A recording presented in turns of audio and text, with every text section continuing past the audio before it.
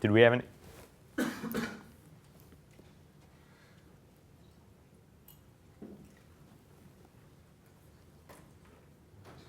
Hey, great presentation. One question about all the fat you're saying, the butter intake.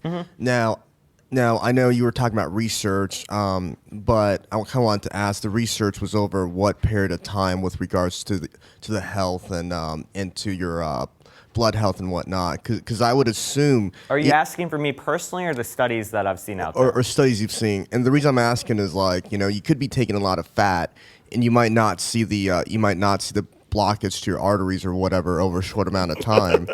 But what happens over the long run? Has there been any research? I'll admit, there's not that many studies out there in scientific published research, and I'm caveating that pretty closely, for intermittent fasting. The studies that we see are far more on things like caloric restriction, but what we indicate is, and this is why I said that IFOC is it doesn't really matter what you're eating from that perspective, as long as you're doing that intermittent fasting and the caloric restriction. I can say I've tracked my own data a number of years, and this is now getting away from the intermittent fasting component and the diet and nutrition component of it.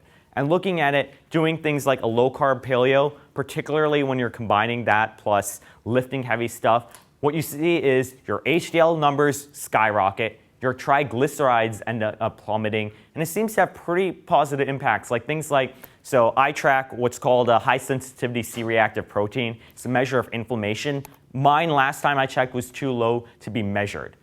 That's with the crazy diet and stuff that I end up eating. There's an Dave's got a comment. infographic on bulletproofexec.com that talks about butter research like that. But the best research of all is the human race. Our brains are built out of fat. We evolved to eat fat. And all the historical societies eat the fat first. You kill buffalo, you whack the fat off the top of the bat, and the biggest, baddest guy, the chief, gets to eat it first, and then the liver. And that's how it works. So the idea that somehow we're supposed to not do that, and he was giving himself heart disease, isn't borne out, because people who eat more fat tend to be higher performer, they reproduce better. And the whole ancestral health movement shows us that eating more fat makes you healthier, not unhealthy, as long as it's naturally occurring healthy fat, not this canola synthetic junk. It's really fascinating, if you're asking that question, to dig into the history of why we believe fat is bad for us. And this is a really modern view. We've only had this since about the 1930s, 1940s. You had Ansel Keys, and basically with that, we started getting this whole fat phobia. Before that, it was well known that, hey, in case you wanted to put on a lot of fat, you'd feed the same thing we feed cattle. You'd give them a lot of grains, a lot of carbohydrates. But if you wanted to lose weight, there was tons of basically meat diets at that time, where you ate meat, you lost fat, you gained muscle mass, and there's some couple good books about it.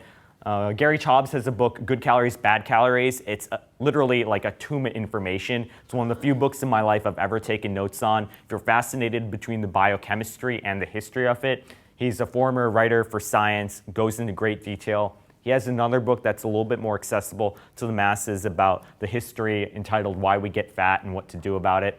And again, ping me. I've got a whole bunch of links. You can find me on Twitter. I'm Jolly on Twitter. My website's A Jolly Life, and I don't publish quite enough things on there.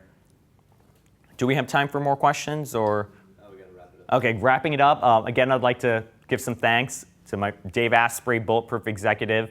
Dave's got pretty much all the same information, same sort of things that I think about. Josh Whedon, again, the Whedon Protocol. Patrick Friedman, he spoke at the Personalized Life Extension Conference.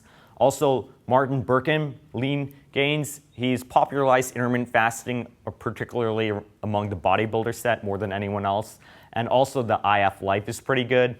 And I think John Bacardi just published a really good PDF on this, but I haven't had time to read it.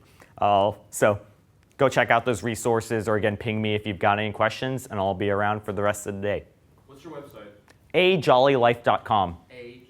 The letter A, Okay. Jolly, Jolly, life, Life.com. Because life's a lot better when you're having fun.